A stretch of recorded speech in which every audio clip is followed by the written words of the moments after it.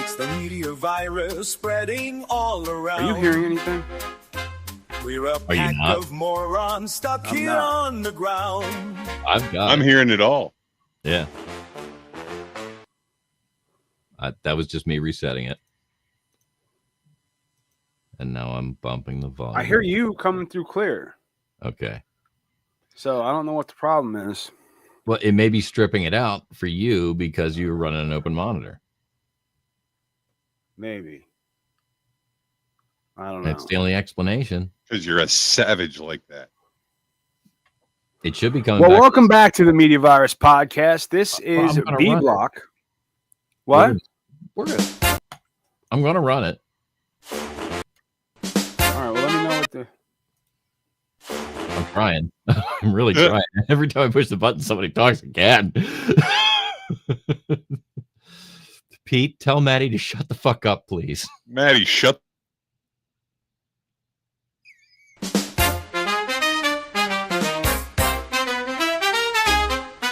the meteor virus spreading all around. We're a pack of morons stuck here on the ground. They feed us the lies while we just stand by, drowning in the noise as the truth walks by.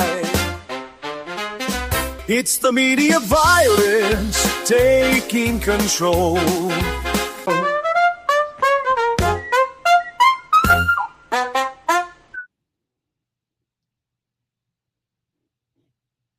Yeah. Welcome back to the Media Virus Podcast. This is B Block, where instead of celebrating Christmas cheer, we dive into the folklore that traumatized entire nations before Elf on the Shelf industrialized the process.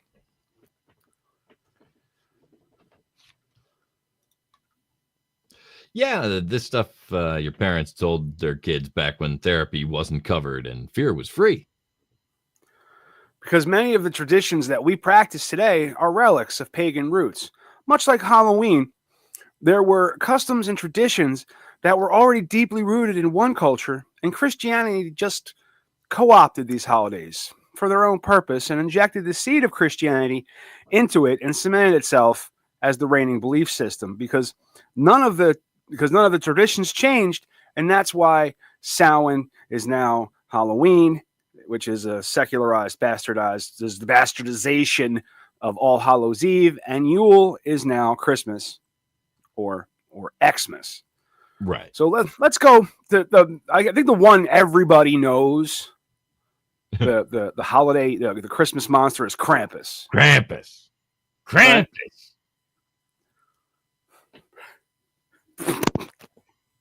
So let's kick things off in Central Europe with Krampus. Half goat, half demon, all union-busting holiday enforcer.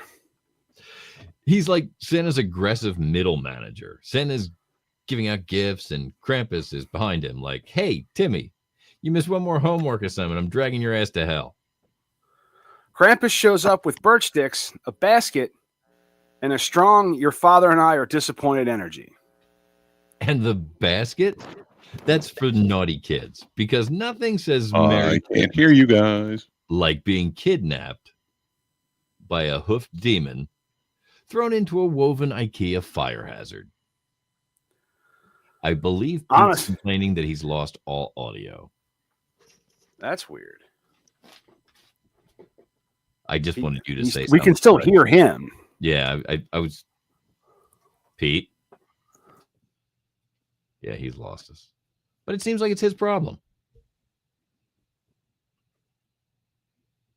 I was concerned that I was the only one left, so I wanted to make honestly, if Krampus was real in America, half the kids would turn into a TikTok challenge. Krampus snatched me part 2. Don't forget to like and subscribe from my sack. Yeah, that sounds about right. Oh, here comes Pete again, trying to ruin everything. Pete.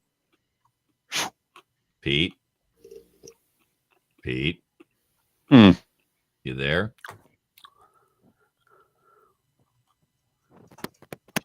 All right. So let's mute Pete and keep going. Here we go. All right. Now, Well, now on to Iceland, land of volcanoes, fermented shark, and Christmas lore that screams, "We have seasonal depression and we cope loudly." meet Grýla, a 9-foot mountain ogress who comes down every Christmas to kidnap naughty kids, toss them into a giant pot, What in the ever loving? and turn them into people's stew. Where'd you guys go? Pete, can you not hear me? What is it about talking to yourself you think we need to fucking hear, Pete? You were fucking muted. He can't hear you.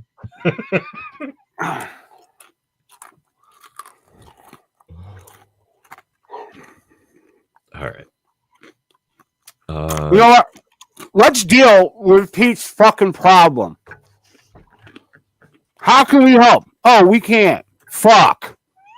We can't continue because he'll figure out his mic is fucking muted and then unmute it and do a fucking mic check that nobody can hear except us.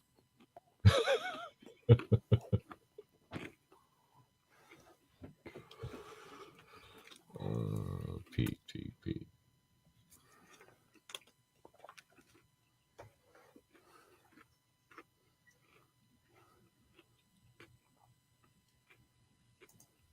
All right. Okay. Well, that's one way. Start from Meet Grýla. Matt's even thinking about his post-production needs at this point.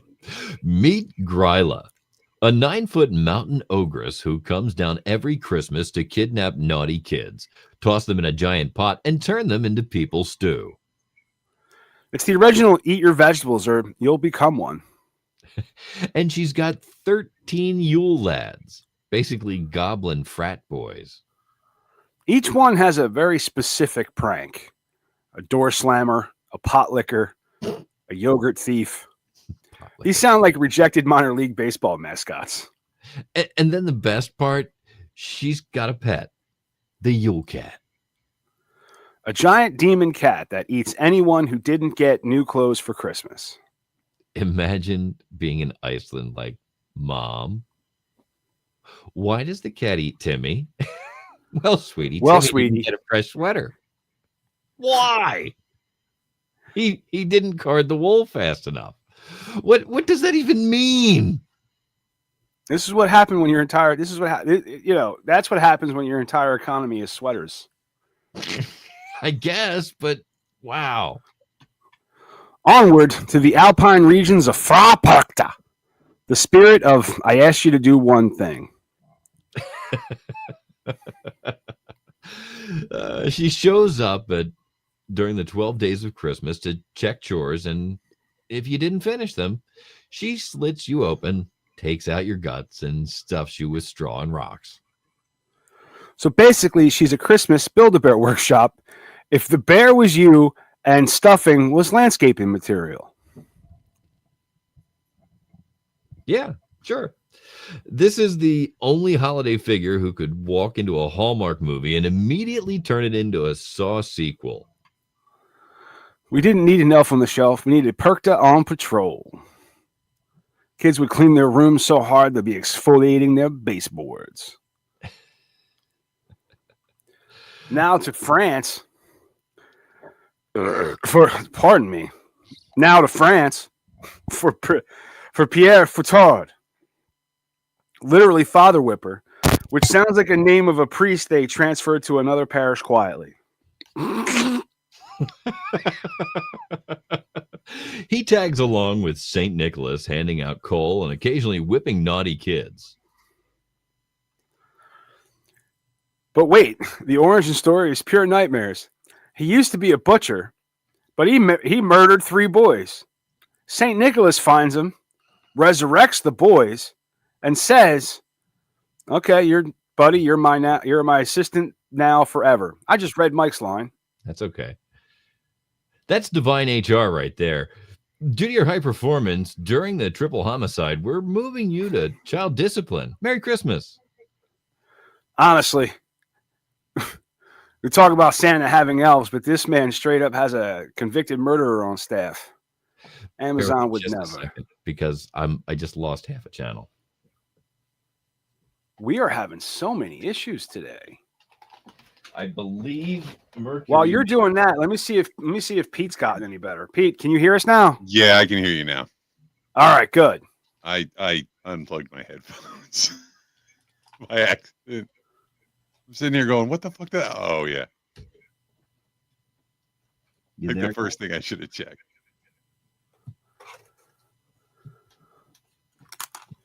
Goddamn short cords.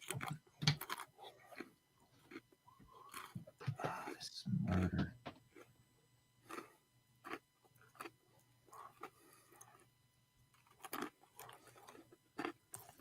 So yeah, Christmas traditions around the world are basically a good or a monster. Be good or a monster will eat you, beat you, rearrange your organs like a festive charcuterie board.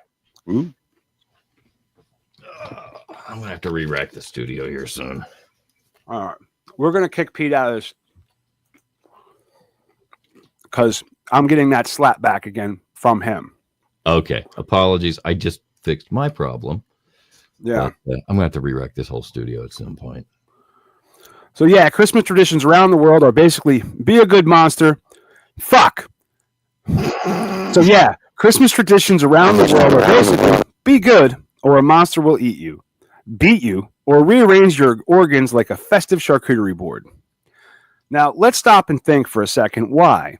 Why all these monsters come around in the same time of year and kill you if you don't behave as prescribed? Well, our modern society, it's a quandary. Christmas is a time of giving, of love, of charity. But in ancient times, winter was much different. It was a different ordeal than it is now. These tales were just different ways of saying people die around this time of year, especially if all the work hadn't been finished. Clothes, food, shelter, everyone depended on each other, and everyone had to stay in line. These traditions come from a time when everyone was interconnected, and someone that wasn't doing their job could kill the whole village. Pete could kill an entire village. This was a celebration of the solstice, and the solstice meant hard times. So let's remember that, yes, Christmas is a time for love and generosity, but it's also a great opportunity to scare the living shit out of little children, which is one of life's great joys. Don't deny yourself of that. No. Spooking the kids every now and again is a good thing. It's good stuff. All right. We got through the read. Finally. Yeah. Sorry. It's not long, but let's just end it here and work on Pete's thing. Yeah, let's let me hit the Just run the thing and let's get to it. Yeah. This episode of the Media Virus Podcast is brought to you by 302-46 Voice. That's 302-46 Voice. If you want my voice on your project, dial 302-46 Voice today. Don't forget to check out our sister show on the Media Virus Podcast Network, Stepmoms Without Children. Join Ricky Rockdeff as she takes a deep dive into the fascinating people she meets and thinks that you should meet too. Find Stepmoms Without Children at themediavirus.com, Spotify, Apple Podcasts, or wherever you get your fine podcasts. Special thanks to mysportsreports.com and delawaresports.com, delivering regional sports coverage straight to your devices via stream and podcast. Learn more at mysportsreports.com and delawaresports.com. If you wish to sponsor the Media Virus Podcast, email your contact information to pml@themediavirus.com with the subject line sponsor, or leave us a message at 646-VIRUS01. On behalf of the infection team and our feckless leader, Matty Rockdeff, I'm the Reverend Professor Mike Latoris, coming to you live high atop Uncle Butch Studios, with one hand firmly on the pulse and the other clawing for a shred of sanity. This has been the Media Virus Podcast. We'll be back next week. Find us at themediavirus.com, on social media, or download us now from your favorite podcast platform.